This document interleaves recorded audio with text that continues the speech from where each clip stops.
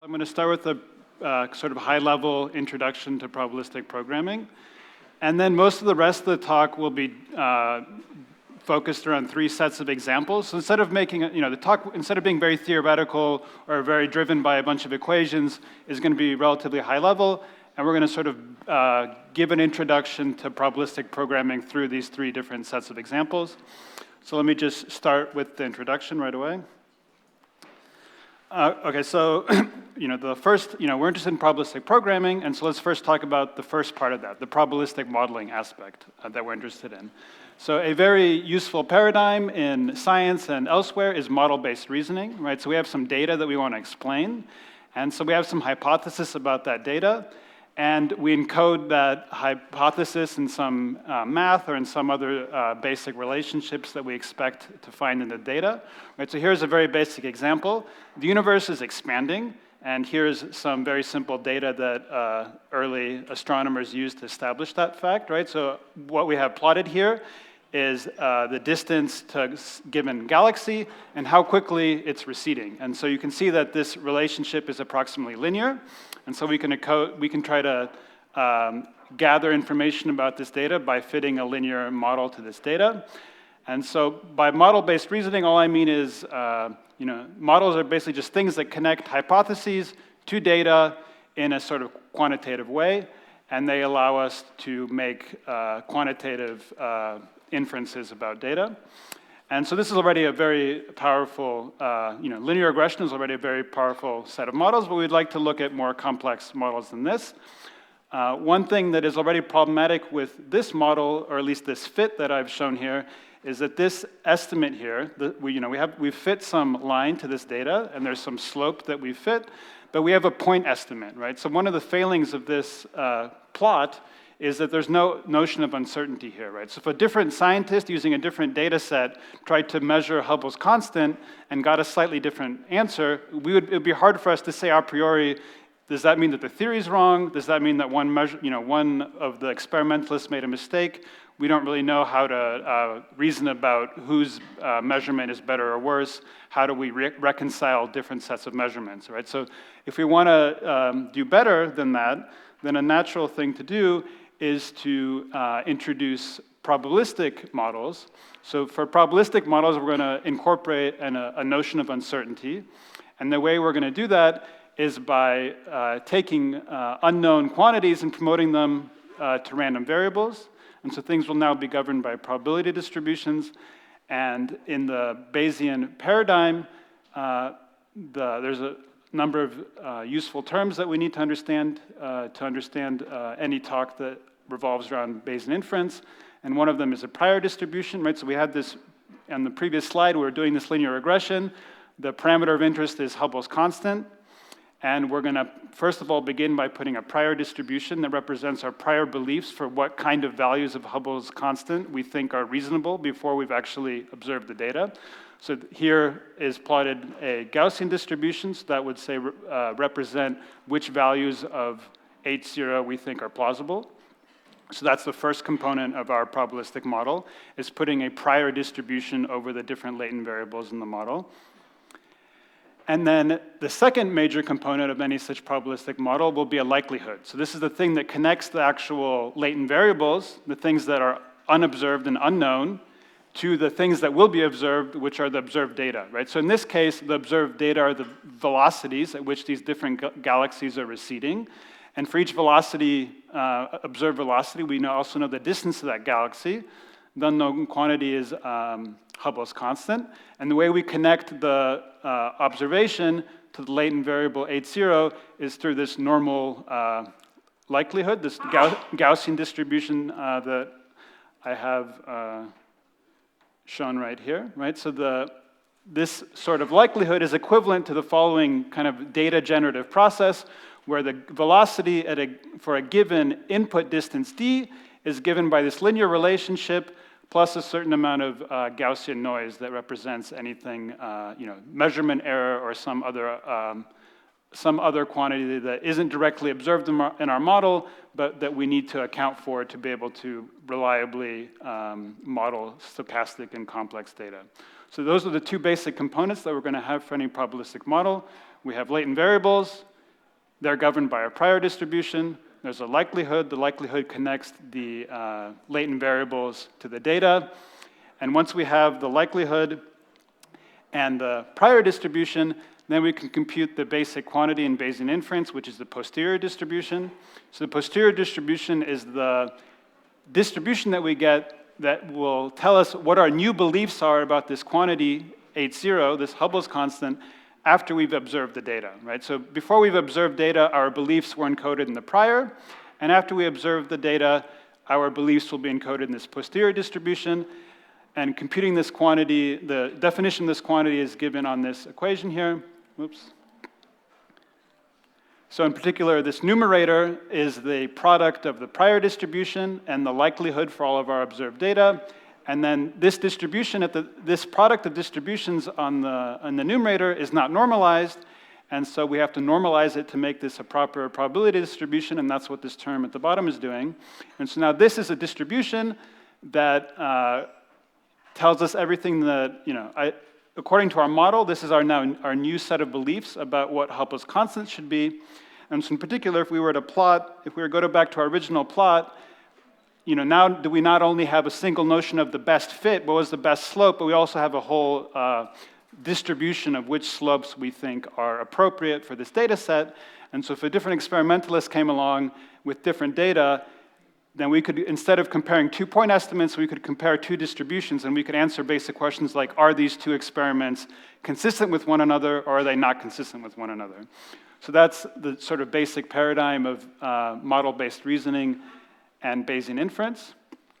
So now let me say something similar, but in slightly different language, right? So previously, everything I'm describing was in this sort of probabilistic and statistical language, but we can sort of, in an analogy, we can instead talk about modeling as simulation, right? So here's this black box, which is some sort of simulator.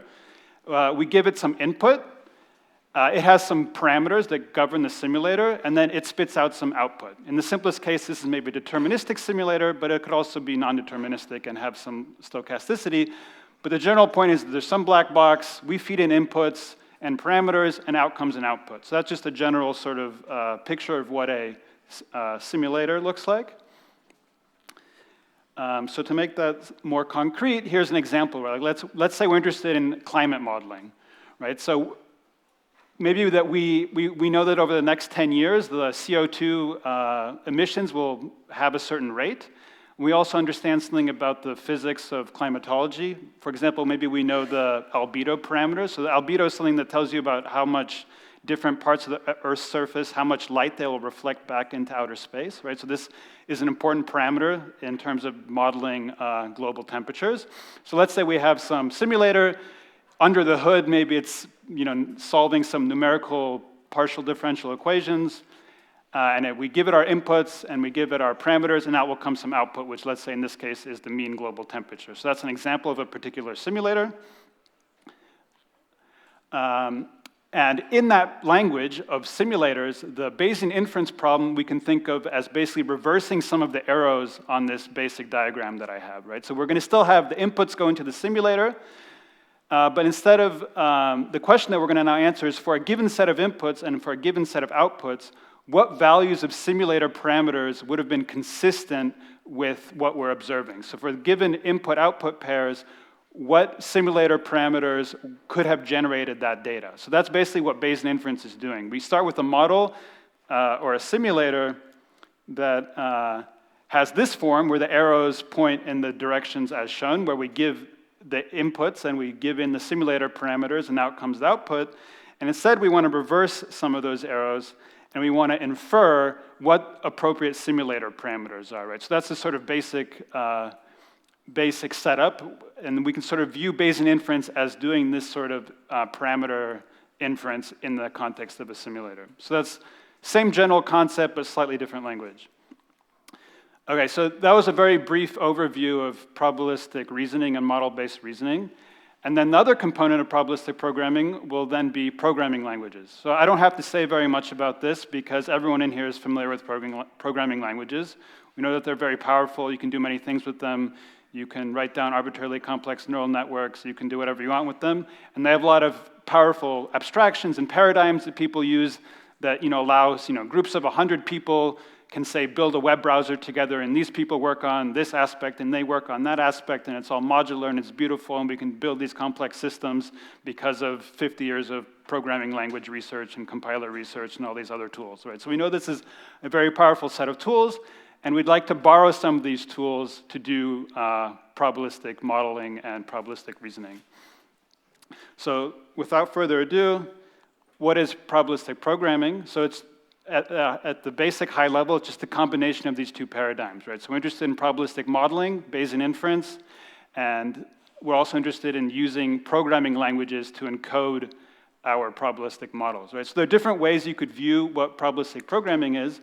So if you're a programming languages person, you might really come at it a very formal sort of view, and you might say, oh, well, I know how programming languages want to work, but I want to add some primitives that are stochastic, and then you could sit down and prove theorems the way that programming languages people like to prove theorems.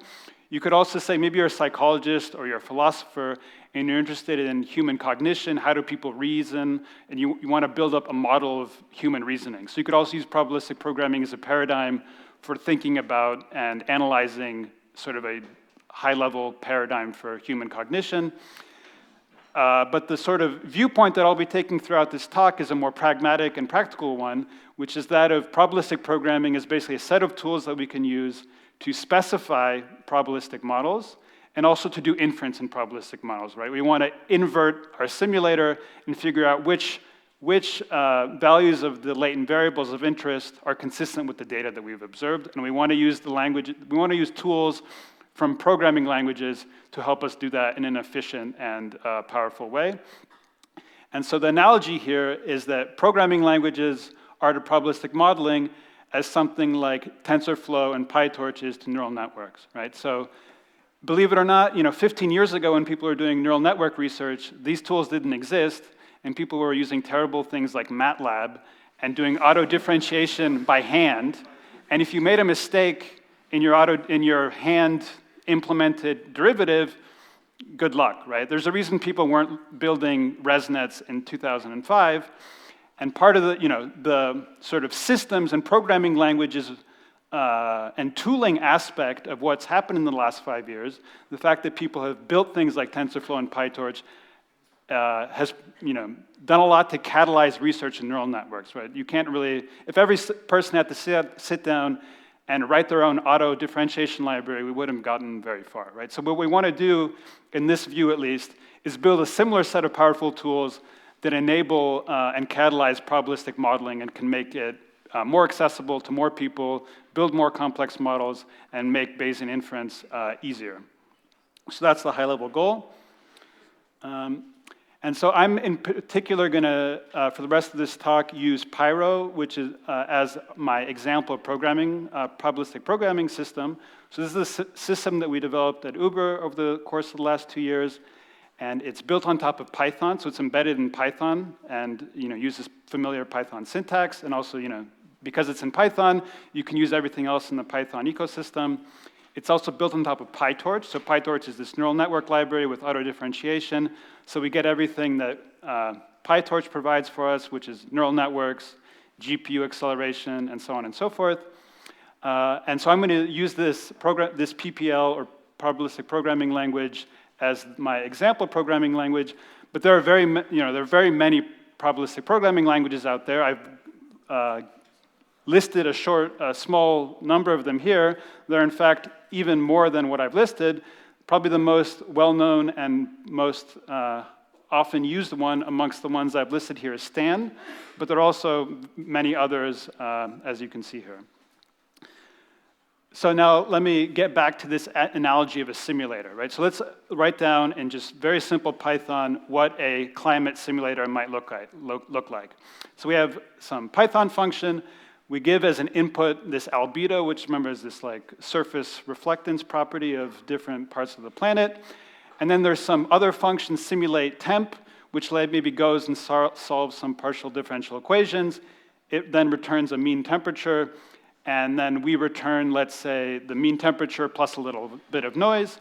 The reason we might add a little bit of noise is if we want the simulator to actually produce realistic data, we know that even if we have two sensors who are nearby and should be observing the same temperature, they're going to, in reality, every sensor will have a bit of sensor noise. So if we wanted to produce actually realistic data, we would probably need to add a bit of noise. So this is a very simple climate simulator that's mostly deterministic apart from this noise, and it's just using standard programming language tools to build this simulator. And so now we want to upgrade this simulator to a probabilistic simulator, and in particular, we're going to do so using Pyro. So this is what a very basic Pyro model looks like. So again, this is all in Python. So this is, again, just a Python function. And now, one of the first things that we've done is we've upgraded albedo from being some deterministic thing to being a stochastic thing. So now this albedo parameter is governed by a probability distribution, in particular a log normal distribution. And so this is going to be our prior distribution over this parameter, given our previous knowledge about this parameter. And we can still call our, we're still able to call all arbitrary Python code within our model. So this is, say, again, that simulator that we previously had. This is maybe solving some partial differential equation. And then we upgrade our the temperature to a random variable, because we're going to give it a normal likelihood. A normal distribution governs this observed temperature, and there's some, let's say, standard noise here of a certain magnitude. And so what we've done here at high level is we've upgraded this thing to a Pyro model. Pyro models are stochastic functions. Pyro involves a certain primitive, a sample primitive, which we use to declare random variables. And when random variables are observed, like this observed temperature, then we use this special keyword to denote that that particular random variable has been observed. So we know what the value of that thing is. And that's, so this is an example of a very simple Pyro model. And the syntax in other program PPLs is different, but all of them have sort of a similar flavor. There are something like a sample statement that we have here that you use to incorporate random variables into your model. So in Pyro, there are other basic language primitives that we have. Another main one is a parameter primitive. So this is something that we use to introduce parameters that we're going to train, say using some gradient descent or some other algorithm. So this is basically just declaring a parameter. We give it a name, theta. So something I should have emphasized on the previous slide is also when we introduce latent variables, we give them a name. So this will help Pyro sort of reason about which random variable is which random variable, and helps it keep track of what's what. So we do the same thing with parameters. So here I've just introduced some parameter that's some 100-dimensional vector, and then Pyro will later know that this is something that I might want to optimize, for example, in the context of some inference algorithm. So we've briefly discussed two of the main primitives in Pyro. One is a sample primitive that we use to introduce random variables. Another one is this param primitive. There are some other primitives that we'll see later in the talk. But instead of sort of describing all these things in the abstract, let's just sort of see them as we build up more complex examples. So for the next bit, what I'm going to do is talk a little bit about time series modeling. So we're going to look at a very simple time series model. So here's some economic data. So as most of you know, there was a financial crisis in 2008, and there was a lot of unemployment. And this is unemployment data from the US, and you can see that in particular these are unemployment, like initial claims for unemployment insurance, and you can see that they're steadily going down over the course of the last 9 years, but there's also some other very complex behavior, and we'd like to model this time series. So first we're going to transform the data and put it on a log scale so that the scales are more reasonable. So same data, but we've transformed the weekly claim numbers with a logarithm. And now we're going to build a very simple model, which is basically just a regression model. So we're going to have two parameters, which is a slope parameter and an intercept parameter. And then we're going to have a likelihood, which is a log normal distribution, and we're going to build this simple Pyro model. So we introduce, using this param statement, each of these two parameters, this slope and this intercept. Then we loop over the data that we fed into our model, and we observe each of our observed weekly claim numbers.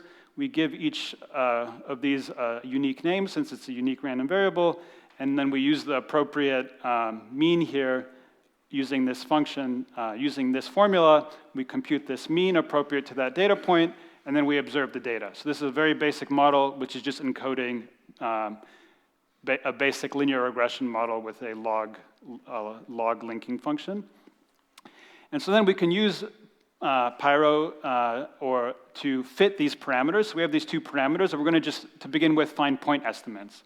Ultimately, we're interested in being more Bayesian and getting distributions that are consistent with the data, like proper posterior distributions. But to begin with, let's just find point estimates. So if you do that, and you fit those two parameters, you can then see what kind of fit we got, and you can see that this is what we got. So we have this, we have a linear regression here, and the slope is clearly negative because the unemployment numbers are slowly decreasing over time. But there's a lot of behavior here that we're failing to model. In particular, there's a lot of seasonality effects that we have failed to include in our model. So let's build a slightly more complex model. So before we do that, let's actually look at the data a bit more closely. So what I've done here is taken 2 years from that time series, 2010 and 2011, and plotted all 52 weeks in the year. And you can see that there are similar seasonal effects amongst the two time series, right? So something, at the beginning of the year, there's a big spike in unemployment claims, and in the middle of the summer and at the end of the year, there's also tends to be a spike. So we want to include this sort of behavior in our model. And so the way we're going to do that is by introducing new random variables. So we're going to introduce, in particular, a seasonality random variable, and it's going to be of length 52. So for each week, we're going to introduce a single random variable that will encode whether you typically see an upward or downward fluctuation for that week of the year. And we use this plate primitive, which basically just says that this is a group of random variables, and we have 52 of them, and they're governed by the same prior. And so we're going to put some normal prior on this random variable. We also, once we sample this random variable, we will also subtract the mean of that random variable, so that the sum of all these seasonality effects is equal to 0, because we want the mean behavior, the sort of gross behavior, should be governed by the slope and not by these seasonality numbers. So these seasonality effects are normalized to have sum 0. And then, again, we take what previously used to be pyro.param statements, and we now upgrade them to sample statements, because we want these to have proper prior distribution. So now we put some prior distribution on these two quantities, and then we again have an observe statement where we observe our data. We've now added in this seasonality to our mean function that describes the expected mean of this data. And once we've written down this more complex model, we can then use some inference algorithm within Pyro to do inference. So a very common and powerful inference algorithm that's used in Bayesian inference is Hamiltonian Monte Carlo. So we can't go into the details of how this works, but it's a Markov chain Monte Carlo algorithm that uses gradients to approximately sample from the posterior distribution. And the important thing to note here is because we use a probabilistic programming language and we wrote down our model using this sort of high-level abstract syntax, and because Pyro knows how to use this inference algorithm, Hamiltonian Monte Carlo, it just handles all the details for us. We don't have to go in and implement a custom Hamiltonian Monte Carlo implementation that's specific to our model. Pyro just knows how to do that, and so it will do that for us. And so we just, with a few lines of code, can gather approximate samples from our posterior distribution. And then we can go and see what kind of fit we got. And one of the basic tasks in machine learning is forecasting, right? So now using a certain chunk of data up to, let's say, 2018, we've found the samples from our posterior, samples of these latent variables that we've introduced that are consistent with the data that we've seen. And now we can go and forecast into the future using those same parameters. And so this is actually where some of those other Pyro primitives that I had on the slide but didn't talk about come into play. So usually when you have a deterministic program, you just run it forward once, you put an input, you get an output, you're done. But if you have a stochastic program, you might actually need to run the program forward many, many times and record different, each run will be different because of the stochasticity, and you'll do things like record all the different stochastic sites. Maybe you want to take one program and replace the randomness that you got in a particular run using some other procedure. So we need sort of high-level primitives that allow us to mix and move around randomness. And using those primitives, we can do things like forecasting. So here's what we now get using this more complex model. So there are two things to notice here. Because we've introduced seasonality specifically into our model, it now does a pretty good job of recovering seasonality, right? So it has these weekly, it picks up these complex weekly trends that we see throughout the year.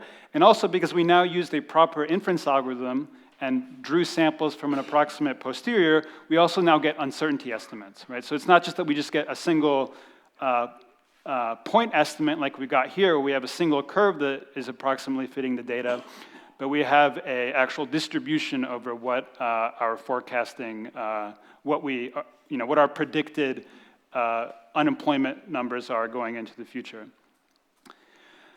So that, so another thing that we can do now that we've computed a posterior is that we can actually look at the posterior of the individual parameters, right? So one of the parameters in our model was this slope, and here is what this, plotted in blue, is the approximate posterior distribution that was discovered using this HMC algorithm. And you can see that the slope is, this distribution is pretty tightly concentrated around minus 0.18, which is consistent with what we know. It's very obvious looking at the data that the slope should be negative. The unemployment numbers are decreasing over time. And so if you were an economist, say, and you wanted to ask a question, you could now report an uncertainty, right? You could say the slope is minus 0.18 plus or minus something, right? Now you have some notion of how certain you are about your conclusions about this data, right? So you have more than a point estimate, you also have uncertainty estimates, which is very useful if you want to, say, compare with some other economist, different model or different set of data, right?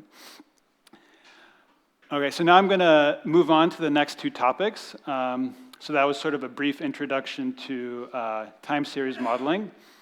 And so now, but before I get to the next two topics, I need to briefly discuss an inference algorithm that's often used in Bayesian inference, and that has become especially popular over the course of the last 5 years because it, in particular, because it is scalable. It's an algorithm that in many cases you can run on very large data sets. So this algorithm that I used before, Hamiltonian Monte Carlo, has the property that it doesn't scale very well to large data sets.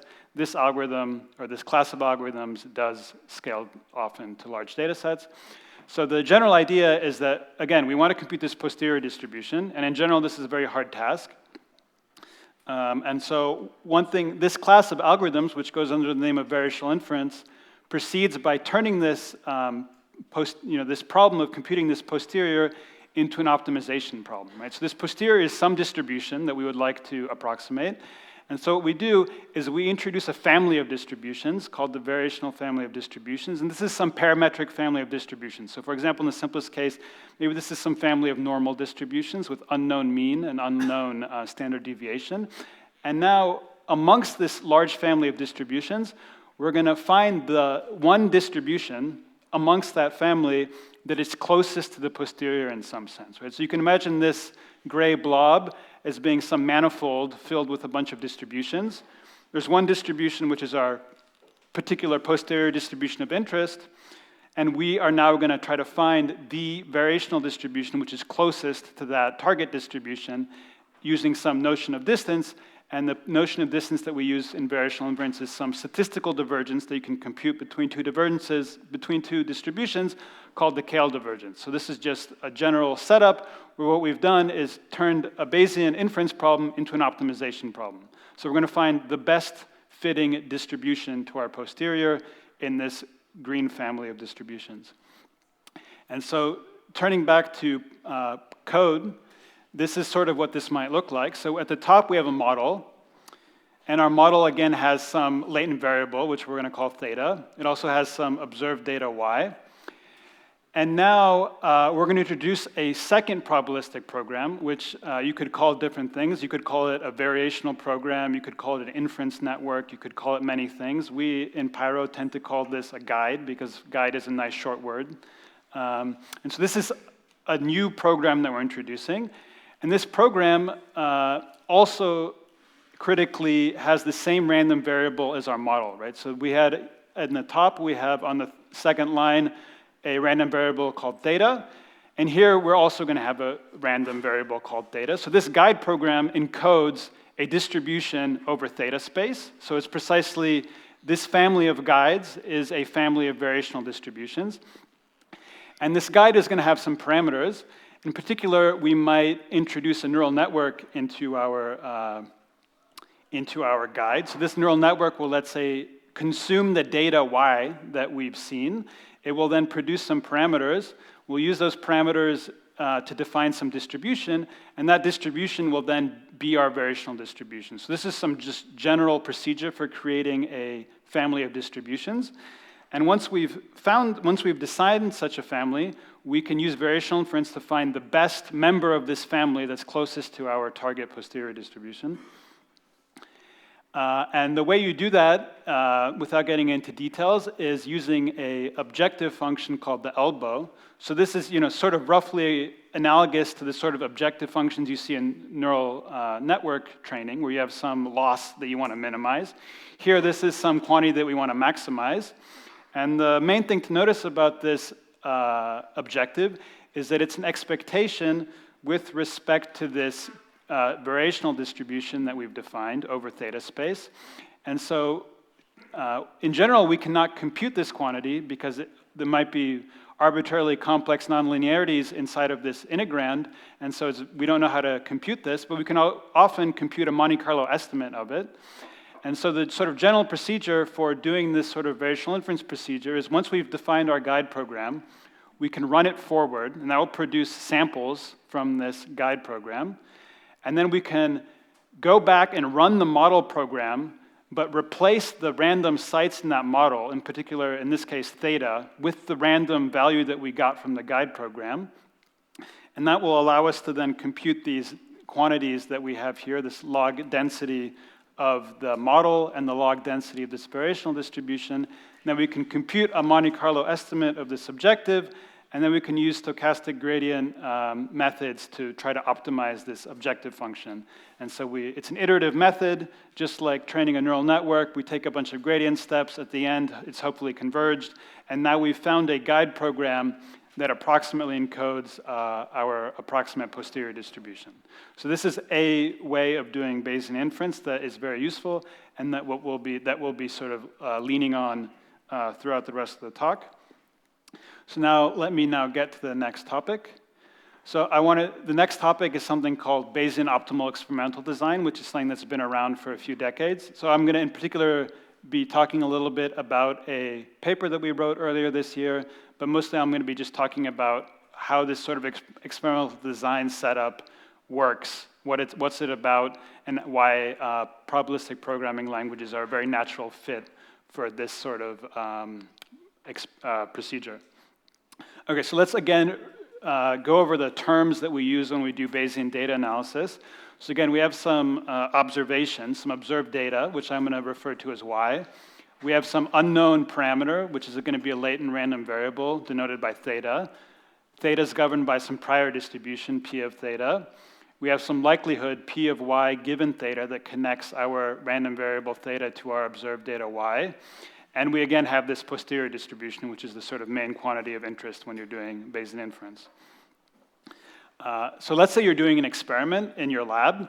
So and you're using Bayesian data analysis, then how does the procedure look? So first you do your experiment, you observe some new data y, you compute the posterior, and now you update your beliefs. The posterior now represents everything you know about the parameter theta, including what you just learned from observing data point y. And so if you do experiments iteratively, then the posterior will become your new prior, and you just keep going, right? So if we do this after every new data point that we've collected, we can update our posterior by computing the posterior, and that now contains everything that we need to know about our data, given the model that we've specified. And as we collect more and more data, what we'll see is that our posterior distribution will get more and more narrow, right? We have more and more certainty about which values of theta are consistent with our data, right? So our general expectation is to see the width of this distribution get narrower and narrower as we've learned more and more things about the data that we observe in the world. So that's sort of the general procedure of doing Bayesian data analysis and in this sort of iterative experimental procedure.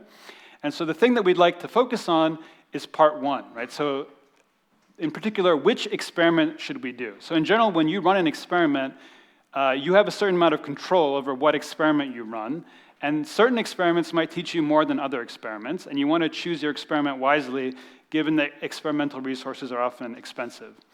So to introduce some terminology, the term design refers to the part of an experiment that you, the experimentalist, control. So some examples are listed here, right? So if let's say you're conducting a survey, you choose which questions appear on the survey. You don't choose how the respondents respond to the questions. That's out of your control, but you choose what the questions are, right? So you need to choose those questions wisely if you want to learn a given thing about your survey participants. Or let's say you're giving patients a drug. You don't know if that drug, you can't control if that drug will cure that patient of a given disease, but you can at least control what dosage you give them, right? Or which drug to begin with. So these are the sort of things that define a experimental design. It's something that is non-random and it's in the control of the experimentalist. And then the way it enters our probabilistic model is it enters through the likelihood. So it controls how in this abstract setting, the experimental design will enter into our likelihood somehow. And we now want to ask the question, how should we, if we have a given set of designs available to us, like let's say we could give the patient either a dosage of 10 milliliters or 20 milliliters, we want to ask which design should we choose that will give which design do we expect to teach us the most about our problem of interest? And a natural way to formulate that question in the context of Bayesian inference is to use an information theoretic criterion. So as we collect more and more data, the posterior gets narrower and narrower and narrower, and in particular, the entropy of that distribution is decreasing. So if we've learned a lot, the entropy of our posterior should have decreased a lot. So what we want to do at high level is choose experiments that decrease our posterior entropy as rapidly as possible. That's sort of the high level goal that will help us choose clever experiments. So to formalize that notion, we introduce something called the information gain. So for a given observation y, it is just the difference in entropies between the prior distribution and the posterior distribution, right? So this is going to be some positive quantity that measures in bits how much we've learned from doing a given experiment. And the problem with this objective is that before we've done an experiment, we don't know what y is, right? Y is this random outcome that we'll only know once we've done the experiment. So we don't know what this is before we've done the experiment. So this on its own is not useful as an objective function. But to make it useful, what we can do is basically integrate out y. So given our current model, P of y, we basically sample all possible values of y that we could imagine our experiment producing and average out the expected information gain, right? So basically, you can imagine in your head, you're simulating possible experimental outcomes. For each different simulated experimental outcome, there's a different posterior distribution that you would get. And for each such simulated outcome, you've learned a certain amount because the entropy's decreased by a certain amount. And you want to choose experimental designs that, on average, decrease the entropy the most. So we want experimental designs D that maximize this expected information gain. So this is sort of a natural information theoretic criterion for choosing clever experiments. Okay, so then the optimal design will just be the design amongst the set of designs available to us that maximizes this quantity. That's what we want to do to guide our experiments. The problem with this is that this is in general a very difficult quantity to compute or estimate because even forgetting about this outer expectation, this integrand itself involves the posterior distribution. And in general, computing the posterior distribution for a model is a very difficult problem, right? So estimating this quantity involves this very difficult problem in an inner loop. So this is a very expensive thing to compute in general, and is very difficult to compute. And so to make any progress, we inevitably have to do some sort of approximations to try to get a handle on this difficult to compute quantity. So one thing that we can do is use variational methods, right? So without getting into the details, there are different variational bounds that you can write down for this quantity. So I've written down one of them. So it turns out that for any distribution q over y, that if I compute this quantity here, this expectation, where the expectation is with respect to our model, and we also include this variational distribution, this is always an upper bound to this quantity. So if we try to find the q that minimizes this quantity on the right, that will give us some sort of approximation of the quantity on the left. In general, there's going to be some amount of bias because we're going to only look at some a limited family of variational distributions, but this still gives us a procedure for trying to approximate the quantity on the left, and it will turn this difficult, intractable problem into something that's more tractable, and we can use all the advances that people have made in variational inference in the last 5 years to try to estimate this quantity in a reliable and reasonably fast way. So to make all that abstract stuff a little bit more concrete, let's work out a simple example. So imagine that you're a psychologist and you are interested in people's working memory capacity, how good they are at memorizing things. And in particular, we're going to ask them to memorize d-digit numbers.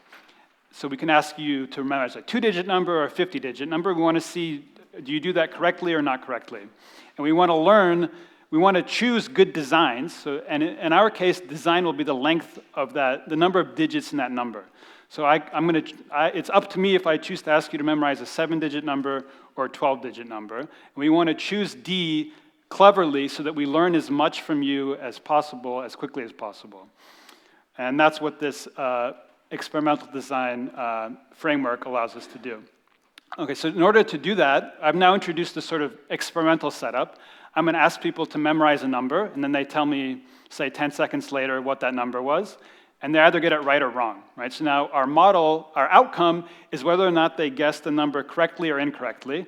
So let's say y equals 1 encodes correctly, and y equals 0 encodes they didn't remember it correctly.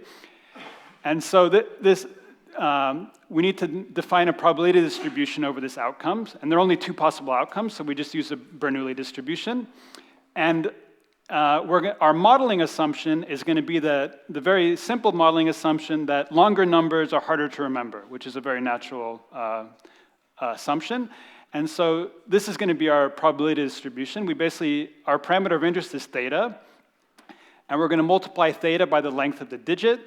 And there's a minus sign here, so because we use this sigmoid linking function, this probability will go to 0 for a sufficiently large d, and it'll be larger and larger for smaller d. So this just encodes the idea that longer numbers are harder to remember, and this theta parameter basically controls the slope of how quickly numbers get hard to remember.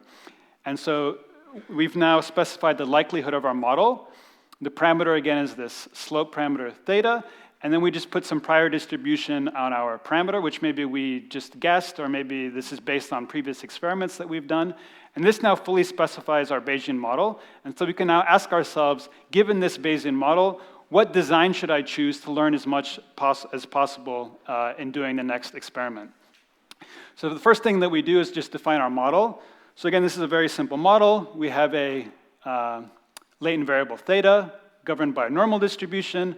We compute this using the sigmoid linking function. We just compute for a given design, which is again the number of digits in our number. We compute this quantity, which defines our Bernoulli probability between 0 and 1. And then we just observe, we sample our outcome y, given that probability. So if we were to run this model forward many, many times, we would we would generate a distribution of thetas and y's consistent with that model. So that's what this model this is our data generative process. It generates data according to this simple modeling assumption. And now, again, we want to compute this EIG, expected information quantity, and we're going to use these variational methods to do so. And so we have to introduce a variational distribution. And again, remember, if we look at this formula, the variational distribution that we need to define is defined over outcome space. So we need a distribution on y space. And remember, y is a 0 or 1 binary variable, so we just are going to have to define some Bernoulli distribution. And then we're going to find the Bernoulli distribution, which minimizes this quantity on the right. And that will give us a biased estimate of this expected information gain. So after we've defined our model, we now need to write down this guide program. And so this guide program will need to have a stochastic site corresponding to this outcome y, since it's defining a distribution over y's.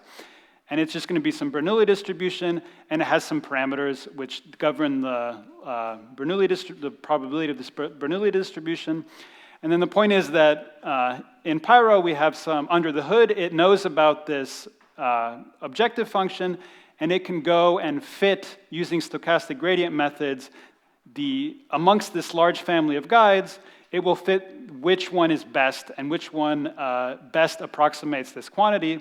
And so once we've learned an appropriate guided program using gradient descent, we can then use Monte Carlo to get an estimate of this quantity, and that will now give us a biased estimate, but nevertheless usable estimate of this expected information gain.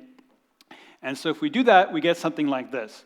Right? So here I plotted 3 different methods. The one that we described previously was obtained with this blue line, so this using a marginal variational distribution. And so the point is that this is now our estimate of the expected information gain. On the vertical axis, we have the expected information gain.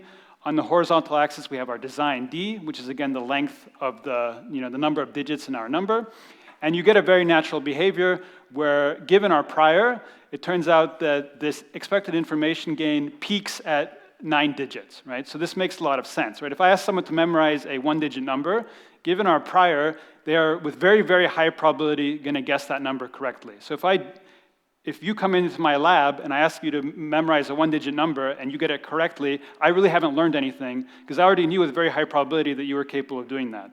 Similarly, if I ask you to memorize a 100-digit number, you will almost certainly get it wrong, and so I really didn't learn anything, right? And there's some sweet spot in the middle where we were sort of unsure of the outcome, and that's where it turns out we'll learn the most, right? So this is a very simple experiment and a very simple model, and for this very simple model, we didn't need to maybe go through this very complex procedure to come up with the very intuitive idea that we should be using digits of moderate length if we want to learn something. But you can imagine in a much more complex scenario where the model is much more complex, it's very hard to reason about what a good design would be. So this, yeah. So you generated this chunk without an experimental data, right? Right, so we simulate data according to our model, and we then compute this expectation, right? So this procedure only really makes sense or works if our model is actually a good model of the data generative process. But if our model is reasonably good, then we can sort of simulate what would happen for a given experiment, and then we can estimate what would we learn for different, how much would we learn from different experiments, and then we can choose the experiment that we expect on average to provide us with the most information. And in this case, we get this kind of very intuitive answer that we should be asking the person to memorize digits of moderate length, but in a more complex scenario, it might be very hard to come up with a reasonable design, and so this gives us a sort of quantitative methodology to do that. So you can imagine that for very complex experiments, where you have a fixed budget of $100,000, you want to get as much information as you can with $100,000, so you should choose each of your experiments as wisely as possible. And in particular, the power of this experimental design procedure becomes most powerful when we do it in a iterative setting, right? So let's say someone comes into my lab, I do a short experiment with them, I then compute a new posterior, and then I find the design that, given all the information I have up to that point, is the best experiment to do next, and then I do that, right? So I do it adaptively. After each person comes into my lab, I find the best design appropriate to what I've learned, what I've seen so far. So adaptively, as my experiment continues, I continually refine which experiment I'm doing so I can learn as much as I can given the finite amount of experimental resources I have. So you can well imagine that if I'm, let's say, a biologist, I don't maybe care about this math, but I do care about being able to do this sort of procedure. And a probabilistic programming language is very natural for this because the user doesn't need to necessarily understand under the hood how this quantity is being estimated. They just need to be able to write down their probabilistic model in some high-level syntax, and then the probabilistic programming language can sort of worry about the details. So these are still sort of early days for these sorts of tools, but you can imagine as these tools get more and more mature, real scientists could use this sort of procedure to help optimize their experiments and use their experimental resources more efficiently. Okay, so now I'm going to finally move on to the third and final topic. Yeah. Yeah. So, does local optimization is global optimization in this case? What I mean is, if you optimize over like series of 10 experiments, is it the same outcome as if you optimize each experiment locally in a series? No, so I mean, yeah, I guess the question you're saying is, what I've described is sort of a greedy procedure where I decide one step at a time what the next experiment is. In general, I could expect to do better if I design multiple experiments ahead at one time, but doing that, makes the problem that much harder. And probably, so this is sort of a greedy compromise where you just greedily, one step at a time, choose the next best experiment. But this is already so hard to estimate that it's not clear if you would actually gain a lot of benefits from doing the harder thing, because it would be just that much harder to estimate in any case. So, but certainly in some cases it might be worth trying to do that. Okay, so I'm finally going to move on to the last topic. So this is a paper that was written by these people. I had absolutely nothing to do with this project, but I just thought it was cool. And in particular, they used Pyro under the hoods. This is sort of like an early example of people in science trying to use these sorts of tools to do something that empowers their data analysis. So these are some astrophysicists that wrote this paper. And I haven't seen their code, but I'm going to sort of pretend I have and reconstruct maybe a little bit of what they did, given their description in the paper. Okay, so what's the phenomenon they're interested in? They're interested in something called gravitational lensing, right? So, Einstein's theory of general relativity tells us that space-time is curved and light rays are curved. They move along geodesics in this complex geometry. And so in particular, if I observe a light ray from some distant galaxy, it, along the way, encountered a bunch of mass. Perhaps it encountered dark matter or black holes or something, and its path will be deflected by the action of gravity. And so you see these sort of weird effects where here you see what look like 4 different light sources, but these are actually all one light source. It's just that some galaxy or some other source of mass between us and the source is deflecting those rays of light. And so you get this phenomenon called gravitational lensing. Okay, so this is sort of what this setup looks like. At high level, we have some, say, source galaxy, and we have some lensing galaxy. And the light rays that we observe here basically get distorted by the gravitational action of this lens galaxy. And this is cool because it allows us to infer something about the mass distribution of this galaxy without actually directly observing the mass, which is particularly useful because things like dark matter, by definition, don't emit light, right? So this is a very powerful tool for learning about the early universe and universe and galaxy dynamics and so on and so forth. So the general setup is that we want to learn about this lensing galaxy by observing this sort of deflected rays of light here on planet Earth. So these people wrote down this model, and in particular, this model has 2 components. One is that they have a source model. So this is a model of the different galaxies that are emitting light. And then they have a lensing model, which in particular is a model of how a given lensing galaxy distorts light. And then they have some observation likelihood. That's, there are, say, distortions caused by, telescopes always see noisy data, so you have to take that into account. But the point is that they have this sort of pipeline with different modeling components that sort of describes end-to-end this data generative process. And so let's look a little bit into some of the components. So without actually getting into any of the physics, it turns out this displacement angle alpha, which is shown here, which is basically saying how much a given photon is deflected, is governed by an equation that looks like this, where in particular it depends on some integral over some surface mass density over the lens, right? So different lenses with different mass structures will produce different kinds of bending of light.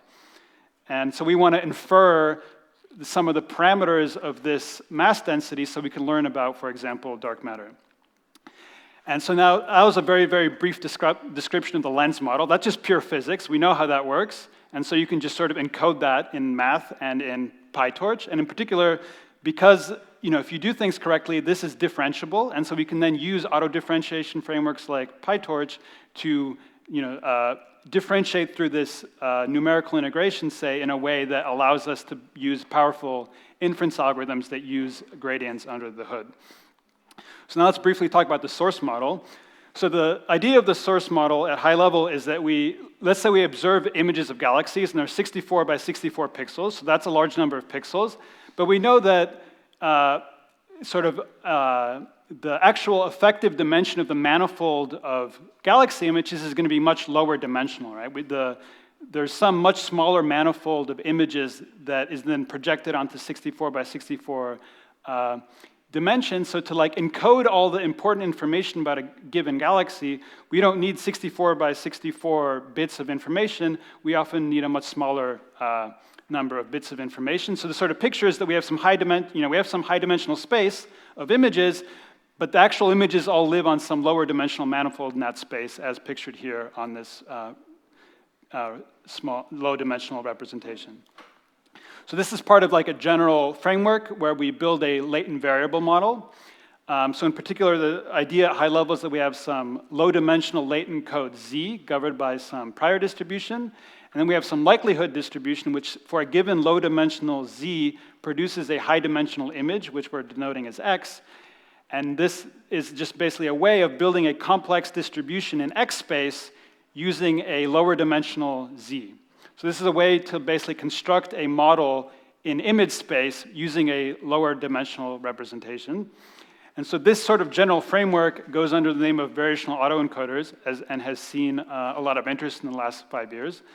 And I believe there will be a talk about this tomorrow as well, about some of the related machine learning here. And so let's just briefly see how this sort of Pyro model would look like. So in particular, the model looks as follows. So first of all, we sample this low dimensional Z. We've also previously defined some neural network called a decoder network, and we take this Z and we shove it through our complex neural network, which is in general some complex nonlinear thing, and that will now produce parameters of much higher dimension that we can then feed into some other likelihood distribution, in this case normal distribution, that is now an image space. So we basically took something noisy and low dimensions, passed it through a neural network to produce some image in a much higher dimensional space that now encodes, in our case, galaxy images. And so then, since we're using variational inference, we also have to define one of these guide distributions. And so again, it needs to encode a distribution in Z space. So we're going to again have a Z space distribution, which again is going to be a normal distribution. And in this case, we're also going to make use of a neural network. This neural network is called an encoder. So for a given observed image, which is again high dimensional, the encoder network will basically project that high dimensional image onto something low dimensional, and that will then define a low dimensional distribution in Z space that becomes our variational distribution here. So that was a bit fast, but this is basically just to show that using neural networks in the loop and using this sort of basic variational inference paradigm, we can define complex models of images, and in this case, images of galaxies. Yeah. Is encoder and decoder returns the same output? Because on this slide, the encoder returns me and sigma, and on previous slide, the decoder also returns me and sigma. So Yeah, so but this mean and sigma is an image space, which is high dimensional. So this will be a high dimensional mu and a high dimensional sigma. And this returns here we're defining a distribution in Z space. So this will be a low dimensional mu and a low dimensional sigma. So they're basically doing the same thing, but going in opposite directions. One's going from latent space to image space. One is going from image space to latent space, which is why it's called an autoencoder, because you're encoding in one direction and then back again. Okay, so here's sort of a graphical illustration of what this encoding and decoding looks like, right? We start with some high-dimensional image, we encode it into some lower-dimensional representation, and then the decoder is able to then decode it into a high-dimensional image. So the encoder will be like posterior? Or Sorry? so the encoder will be our posterior because it's like predicting slow, latent. No, so the decoder encodes our posterior. For a given x, let's see.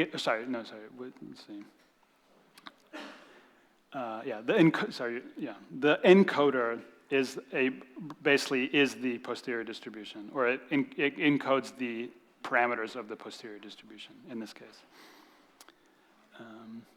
Okay, so we don't have much time left, so let me just show you some pretty images in their paper. So they did this. They had a big data set of galaxy images. They learned such a model using that data set. And you can see that they're able to, at the top, we have sort of the observed data. And then here we have the reconstructed data where they basically take the image, shove it through the encoder and back through the decoder, and you can see that you get a faithful representation. So this low-dimensional representation actually is able to capture the relevant details of these images. And then once they've done that, they can put everything together into this pipeline, and they can do things like, for a given, they generate, for example, fake data. And so in their fake data, they generate some source, and let's say it looks like this image. And then it produces an observation, which will have this weird halo effect because of lensing. And then they're able to say, for example, so here's the true source that generated this true observation, but then they can say use, for example, maximum likelihood estimation to find the most likely value of the source distribution that produced the observed image, and you can see that they got pretty good fit. I mean, there's a little bit of bias here. They didn't recover the source distribution, source galaxy exactly, but it does a pretty good job. And then because everything's differentiable, because everything's built on top of an auto-differentiable framework, they can also use fancier inference algorithms like Hamiltonian Monte Carlo. So they, for example, do an experiment where they have a lensing galaxy with a given mass distribution, and then they produce an observation, and then they ask what values of the parameters that define that lensing, the mass distribution of that lensing galaxy, are consistent with the data. And then they get, because they're doing Bayesian inference, their posteriors are distributions. So you see here is they got some distributions that are roughly, so here this box corresponds to the value that was actually used in the test data, right? So this was the true value used in the lensing distribution. And they were able to recover, not perfectly, but pretty well, a posterior estimate of the value of that lensing distribution, right? So they never observe the lensing galaxy directly.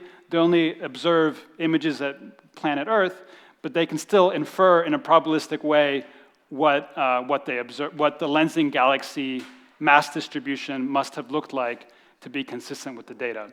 And so that would then in principle allow them to learn things about dark matter and so on and so forth. So that's the end of that third and final example. So let me just very quickly conclude. What I've tried to convince you of is that probabilistic programming languages are a powerful tool for specifying complex models. It's still sort of early days in the sense that things like PyTorch and TensorFlow are very mature frameworks with thousands of users. And probabilistic programming languages, there's still a bit of work that needs to be done to bring them to that level of maturity, but we're making progress. And we might expect them to, or at least I expect that in the future we'll see that these sorts of tools become used more widely in scientific analysis and data analysis in general because it's a powerful set of tools. Of course, you can also imagine using this in industry or in other applications, but here I've really just focused on the scientific set of applications. And then third and finally, something I wasn't really able to discuss, but which maybe sort of emerged a bit from the talk, is that this is an interesting area of research because it kind of combines multiple threads. So in particular, it combines aspects of programming languages. It combines aspects of Bayesian modeling and Bayesian inference and approximate inference algorithms, but it also, it's become increasingly the case in recent years that approximate Bayesian inference algorithms can make use of neural networks. So for example, these decoder and encoder networks that we used made use of deep learning. So all these three different areas sort of have a nice and interesting synthesis in this area. So if you're interested in these things, I recommend that you consider, instead of just doing deep learning by itself, which is boring, why don't you instead do deep learning in the context of Bayesian modeling or do deep learning in the context of probabilistic programming, because that is also an interesting set of problems that is worth your time and attention. So thank you.